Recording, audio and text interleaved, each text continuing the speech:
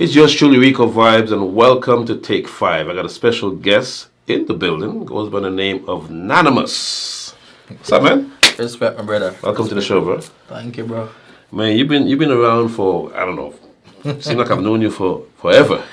Yeah, man. Well, we basically grew up in Georgia. Yeah. Yeah, I left Jamaica when I was about 17, and I've been here ever since. Wow. So I talk about 3 decades. 3 decades, Yeah, wow. man. Well, you're now a gospel artist, but before that, Yes. you were doing regular dancehall music. Yeah, but you know, so that ain't not getting away because I wasn't going to compromise. Gotcha. You know, I've never been one to do derogatory lyrical content, and any song me do, my mother supposed to can listen to. Right. And your kids. Yeah, well, you know, them telling me I think about people. Right. Yeah, since then, but you know, and you know, because of that, it wasn't getting. I wouldn't say it wasn't getting nowhere, but it wasn't moving as fast as I would like it to move at the time. Yeah. Were you a Christian at that point? No. Okay. I mean, I've always been a believer. Of course. Yeah, we grew up, you know. Yeah, but Caribbean parents, yes. I've never been. It's just, you know, I did like 2 secular albums before.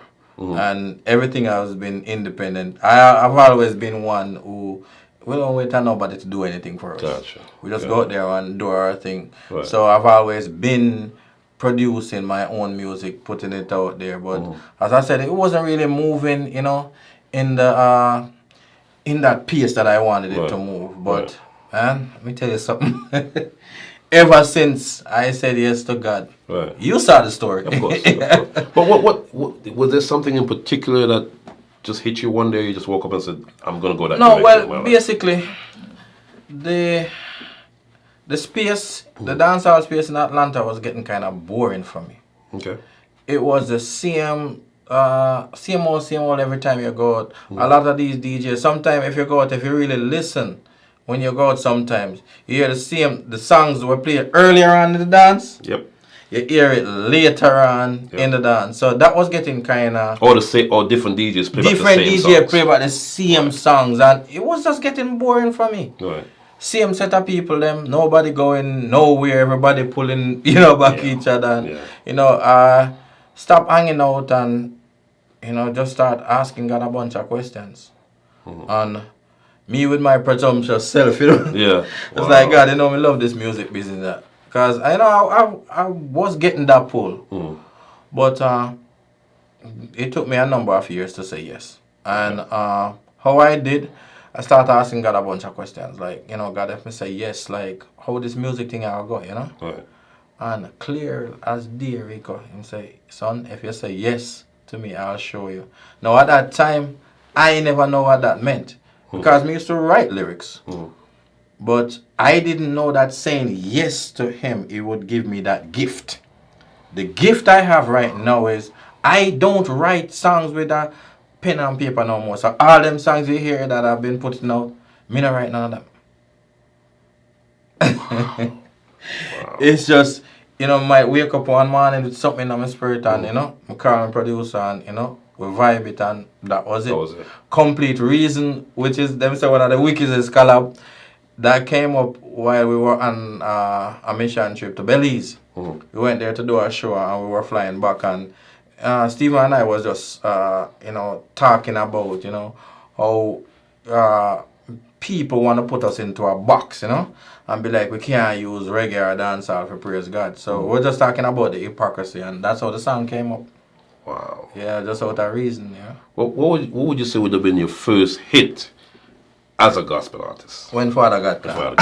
Yeah, that was. I mean, I was gonna say that, but I wanted to make sure I was on the right track. Yeah, you know that song is actually about almost 12 years old now. Really? Yeah, and I have a surprise for y'all because Jabez recorded a song for me called One More Year on that same track. So we're going to be pushing that this summer. Okay. So when he comes down here for the show in a couple weeks, we're going to be shooting a video for that song. You know?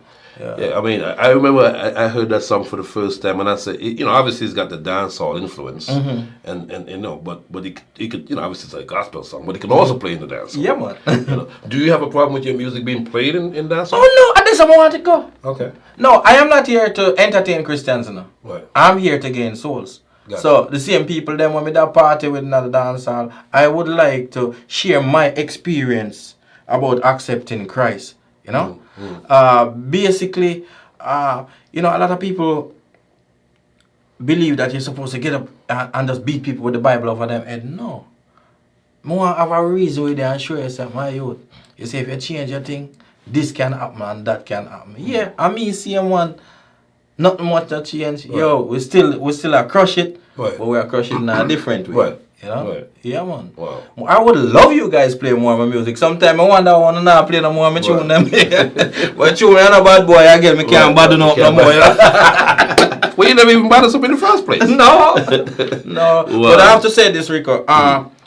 Ever since day one, you were one of them who saw what I had long time ago. Yes. When a lot of them wasn't even paying me no mind. Right. You know? And you always be playing my songs, you know? And I just have much respect for that. I guess you saw in me what was already, you know? Yes. There. Yeah. Absolutely. Yeah. Absolutely. Where do you see your life going as an artist? Wow. Well, since I took up this road, you know, since I took this walk on, you know, it took me to another level because I'm not just an artist anymore. I'm a promoter, I'm a presenter and all of that. I mean, I asked all of them something, but it came along the way because when I started 10 years ago, it was no platform for what I do here in Atlanta. So we had to build it from scratch. That is true. You know, so I find myself doing a lot of things. Well, 10 years from now, basically, I'm starting to work with other upcoming artists right now. So 10 years from now, I would like to say, you know, say our 10, 15 people are out there. I'm going to say, okay, yeah, you are the one who helped these people to get to that level. Because the thing is, the gospel, Caribbean gospel is not being presented in its proper form. Nope. And you saw what I've did with the space in the short period of time. People say they're putting on concert and they don't have proper band, proper sound, proper backing, proper promotion. Even sometimes you see some of the posters and the flyers that are not put together properly. I am here to really change that and to show people that, listen, man, God work where I do. We're supposed to get it 100% same way. You know? Talk a little bit about Atlanta Bless, because I was there from in inception. You know, it started out in the backyard of Nico Simone compound. So talk a little bit about, you know, what went into the making of the first one. Okay, well, when I started Atlanta Bless, I was signed to Silla Music Production for like 5 years, and we used to do some stuff together. One of the main ones was Glorifest, which was a year-to-year show. And when we decided to go, you know, our separate ways, I was asking God to, you know, just give me something, or just give me a name, because I knew what I wanted. Right. And eventually, I want Atlanta Bless to be a festival, you know, something like Reggae Sunfest or, you know, Sunsplash, where in that big outdoor thing with booths and, you know, all that. That's where I dream of it going. But, you know, because of lack of funding, we just have to work with what we have for now. So when we started, as you say, in the backyard of Nico Simone. Yes. And that year, Jason Mighty was the main act last year. And we only, I think we drew like about 75 to 100 and something people. It wasn't a lot of people, but it was a nice little setting. The vibe was nice. Yeah, the vibe was nice. And just the vibe from that. And then everybody was like, oh, you came up with that name. And I was like, I know me, you know, I asked God that him give with, you know. And it was good because of the name that we came up, we could move into branding. Correct. So basically, we could have T-shirt, mugs, bags, and all of that thing that came, you know, from the name, you know. And I have to say this before I go any further. I have to big up my wife, Dr. Sidania Osborne, because when you have a woman that stands up with you for what you believe in and support your dreams and your aspirations, and Rico, sometimes we take even the money where we see if we do with business as far as like running our household and pump it in the business, you know. And she respects what I do and she stand up with me 100%. And I have to say, you know, much props to her. And I thank God for blessing me with a queen like that, you know. Yeah, I mean, it was, you know, I couldn't just sit back and like let what I was doing just go to the wayside, because it's gospel reggae now. And as you know, a lot of Jamaican churches are, you know, still they're just getting around there, but a lot of them wasn't really fond of us using that kind of music, you know, to praise God, you know. And I still have to ask myself sometimes, you know, what is the problem? We talk to each other in our dialect. So why can't we praise God in our dialect? You know?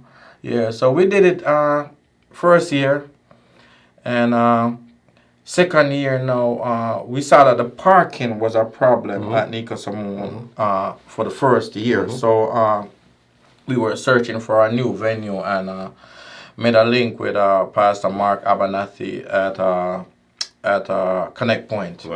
And that's been the home of Atlanta Bless for the past 6 years. We're going to year number 7 this year. Wow. I mean, it grew from that little 75 hour to 100 and something to 300 and something to last year when we kept the show again, 750 people showed up. The year before, when we did it, 2020, when we did the virtual thing, you had 180,000 people watching on different mediums all over the world. So we saw that there is a need for something like this in the space, you know. Wow. What do you think? You know, there was a controversy a few years ago, and I don't know if I spoke to you about it then, but they had took the Dovey Magnum song Ball Out and turned it into a gospel version of it. We're not specifically talking about that, but what do you think about something like that in the gospel space? Okay. Me, you know, I personally would not do it because I don't have, my lyrical content comes from inspiration. Gotcha. So I personally wouldn't do it. But what wrong with it? I mean, it was gospel lyrics. Yeah, it was gospel. I mean, a lot of times the secular artists them take gospel lyrics and turn it around. So what's the problem if he takes something that was, you know, would have been, you know, a little raunchy and turn it around to praise God? Yeah. Nothing wrong with it. Me personally, I never understood the problem. Yeah. But again, I'm not in the faith like that. A lot of people in the faith, right, wanna gut the fish them before them catch them. Right. And that is a big problem. They have to allow the people who are doing God's music to go ahead and keep on doing it. You see, because we are losing our young people at an alarming rate. Absolutely. You know? As I said, I personally wouldn't do it, but I don't have no problem with the brother. Maybe he saw something in it. You know? And it wasn't a bad song. It wasn't. It was not a bad song, you know? It wasn't. Talk a little bit about this album. Whoa. The Calling. The Calling. Okay. This came out when? This came out the same year when COVID like hit us. 2020. 2020. Right. Yes. I listened to the album. I love the album. Yes. But talk about what went into the making of this album. And this album is like blood, sweat, and tears. It took me 4 years to finish this project. Why? Because I wanted to do it the right way. Okay. So I didn't want to owe anybody when I was finished. Gotcha. So I was doing the songs one by one. At the time, I still had a 9 to 5 at the time, so I had to do it when I had some free time, or you know, when I gather up enough money that could do it. So I didn't even know what I was gonna name the album at first. When you check it out, some of these songs, like the first 3 songs, were recorded like about 5 years ago. Wow. The title song, The Calling, Star, that song. Been done a while. Floodgates was done a while. You see, I've always been one to listen to what the Lord says, and if Him say take your time and do it, I will take my time and do it. Now this album is actually a 2-phase. We are finished with the lyrical part of the audio part of it, and it's out on all different platforms. But now we are working on the visuals. So it's 10 songs. Out of the 10, I did 6 videos so far. Released 4. Number 5 will be out this Easter Sunday, and we have the others lined up to come out. I'll tell anybody, Take your time. Me look on the camera. Take your time and do your project the right way. If you do good music, it will stand up for you. And it will stand the test of time. Because a lot of people still don't know that these songs are that old. And I'm still releasing singles off the album as we speak. Get proper recording. Proper mixing. Proper mastering. And you put out an album with 10 songs. Don't do 10 songs. Do like 20. Or 18. So you have something to choose from. And you are not the one consuming your own music. You are not the one buying your own music or listening to it. So what you need to do, you need to take advice from the people out there who are playing your music, who are listening to your music. Now, I think I had enough songs to make 3 albums because I was recording for a number of years. As I say, it took 4 years. And when it was done, I sat down with a producer, a radio announcer, a DJ. I was the 4th person. I made my selection of my 10 songs. They made their selections. When we're done, we tally them together and we voted on the 10 songs that was going to be on the album. Even the lineup was voted on. Wow. That's why the album is a great listen. Wow. Because it wasn't me alone. I say a lot of artists need to get this out their system. You can't do this alone. Let me look at them again. You can't do it alone, my brother. And you can't do it alone, my sister. Take some advice from the people who know. Right. You know? I mean, I had songs, I can confess, The Blood, which is one of my highest viewed video right now, gone, 14,600 or something. That was one of my favorite songs. Really? No. But it was voted on? Yes. And I respect the votes and me see it. It's to the test of time. I would say year to date, if you would say check the numbers, it would be one of my most popular songs right now. Wow. Now, in secular music, you have egos that comes into play. Does that run as well? I mean, we're all human, of course, but does that an issue in gospel music as well? We are human. Gospel or not, we are human. Yeah.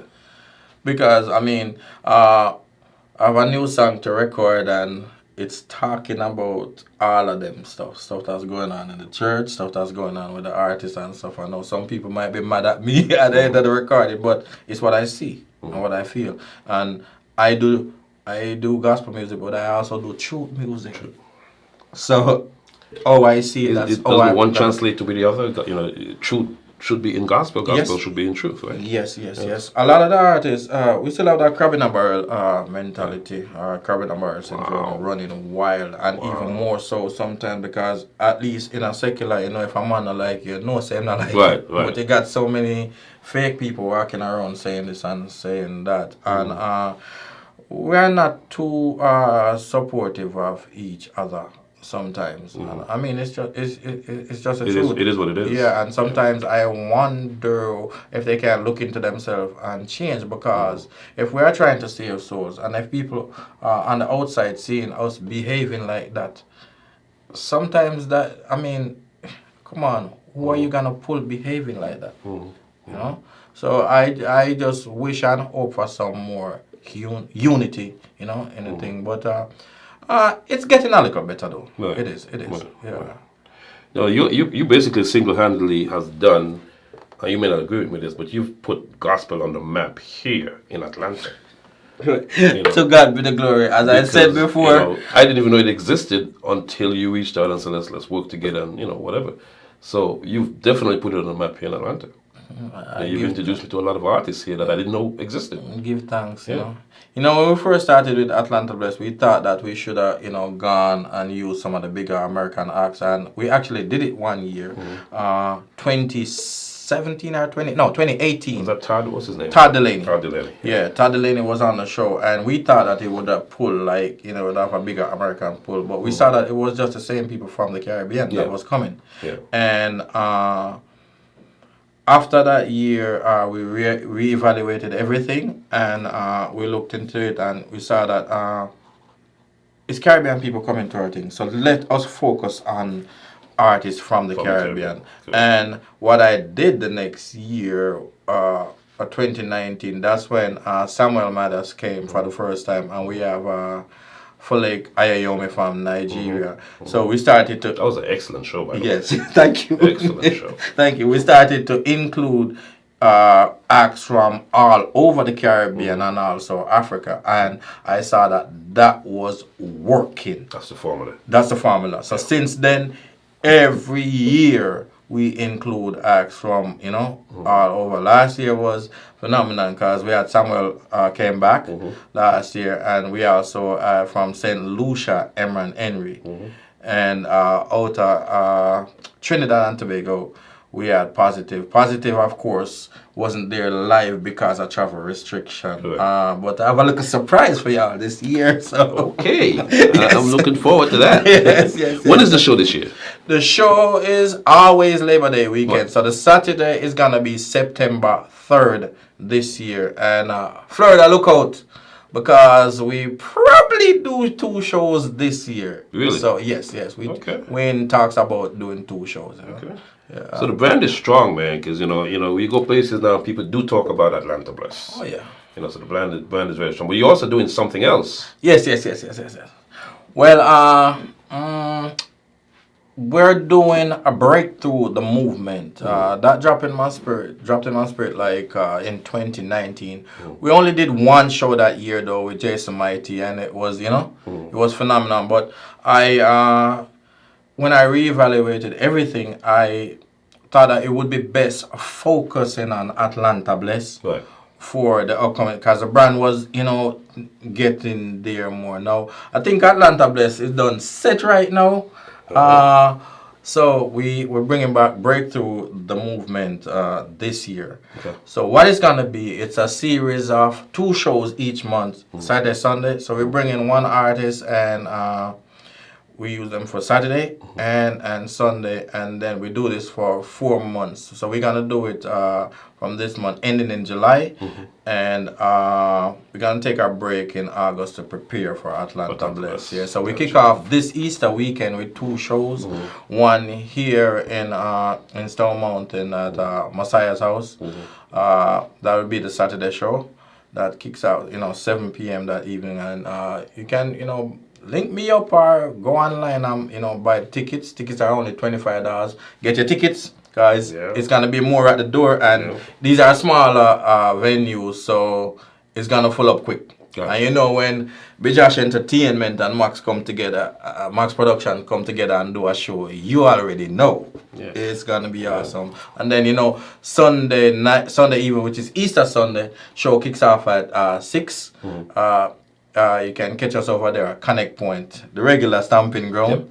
Yes, over there, 3755 Centerville Highway.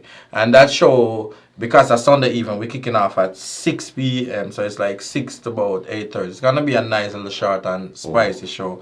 Yeah, Jabez, of course, will be the headliner. You're going to have Christology, Renice Lamour, myself, Sister Jennifer Evans, Gail Elizabeth, who is a poet. She's going to be on the leg over here in Stone Mountain, and Born to Inspire.